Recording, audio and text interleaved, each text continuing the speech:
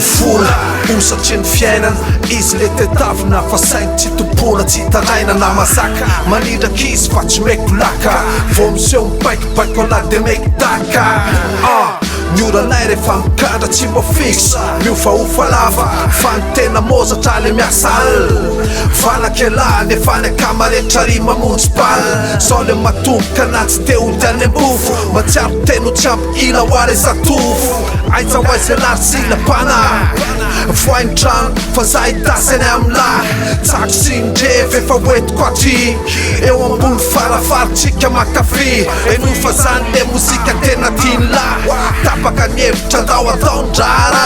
Valaky ansaiko efa tomela mitape lekolo mikatra fa tsy avela ny rape mila maka sofla avako mitady tsy mahazo tonga fofona fa mety mafate Valaky ansaiko efa tomela mitape lekolo mikatra fa tsy avela ny rape mila maka sofla avako mitady tsy mahazo tonga fofona fa mety mafate Zamola voany idio ny fivoahana androany tsisy miala maina izy tana ny asa fa reraka ny sainy reraka ny aina zay botoka mitafy androany tsika miara-mena tsy anompo mibosy foana aloha asina fandombera yo andanina ny fotoana ka aloha rehetra ny mozika yo JENTO ataovy mahita ahodina ny vibe otrotona jero ny fiaviny masy itsika ny volo tediavina ihany rapitso fitadiavana tsisy fitsaharana zay mbola mazoto mena lalana androany mana lasy tsy fandaharana lanina ny vola dododo nefa hoentina mora ny fiainana tsy mora